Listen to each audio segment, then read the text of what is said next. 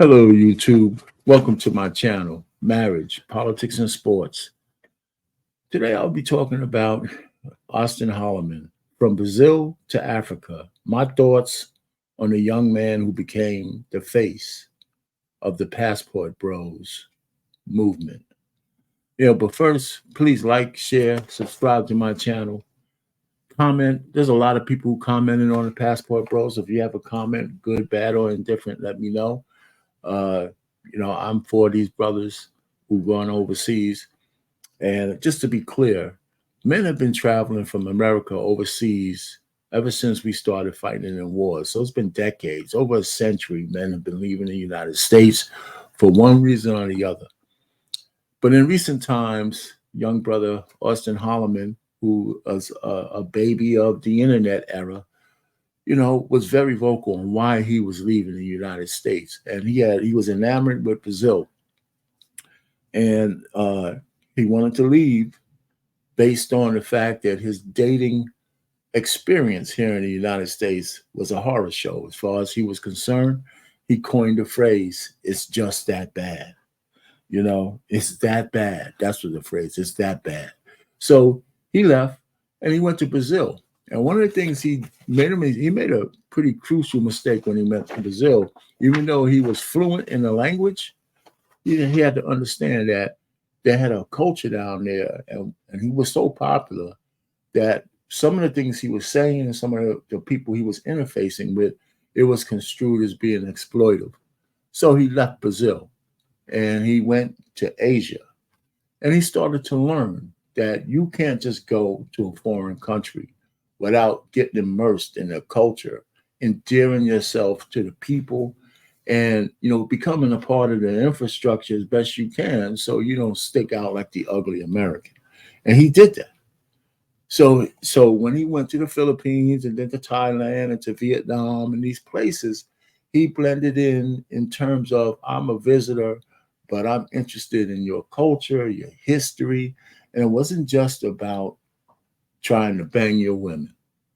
And so all of his experience since the Brazil experience have been tremendously more successful, and the way his maturity and growth through that experience is happening and laid out for everybody on the internet is actually is not only aspirational, it's inspirational, especially for young men who want to be able to explore the world.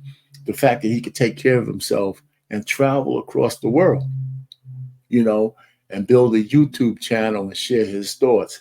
So he wrote a book just recently called "This A Stepping Stone into Life," and this is about his experiences in Tanzania. And I didn't read the book yet, but I did buy it, by the way, because I'm gonna read it. It's not that big. I'm gonna put the link in the description and stuff like that, because I followed his travels through Africa and then back through Europe, and now he's back in South America, and he wants to really make a plan to go back to Brazil. But I think he needs to make sure that the doors are open and that he could make amends for whatever he did in terms of just verbally feeling they exploited. I think they'll welcome him with open arms, because his whole arc, his character arc, is completely different than a 23-year-old man who started out on this quest. So I'm not going to make this a long, drawn out kind of thing, but I'm proud of the brother. I don't know him at all. I don't. But we need more black men to be aspirational like this. I mean, it's something to behold, to see his journey through his arc. He did take a trip to one of the slave trading ports in Africa, I think it's Senegal or wherever it was, and he hired a guide when he was there to show him the slave quarters, the holding cells, and all of this. And I would recommend anybody go find that video, because it wasn't only good, it was historical. It was a nice verbal history lesson, because the guide was an expert. You could just tell this guy made money by taking tourists through this place. And this holding cell was for that. This cell was for punishment. This cell was for something else. And in the way that the slavers and the Africans worked together to send out, get slaves prepared for the travel across the Atlantic. It was a great video, and he has a lot of great videos. And the guy is also raw from time to time, so he doesn't care about your feelings. But he's taken a lot of flack from black women here in America, unwarranted, because they can see the writing on the wall. Because many, not all, not all, not all, but many black women have priced themselves out of any market, and they're alone. They're exploitive.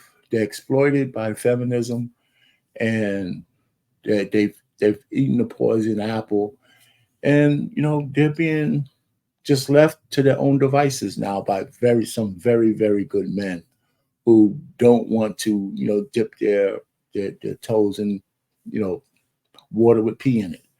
So anyway, let me tell you, I'm gonna read the book. I say follow Austin Holloman on his channel. I do from time to time. I pop in and see what he has to say, and when he does some lives.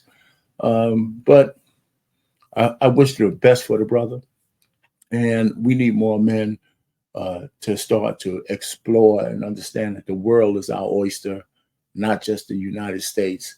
The women in the world are vast, and a lot of them still have virtue.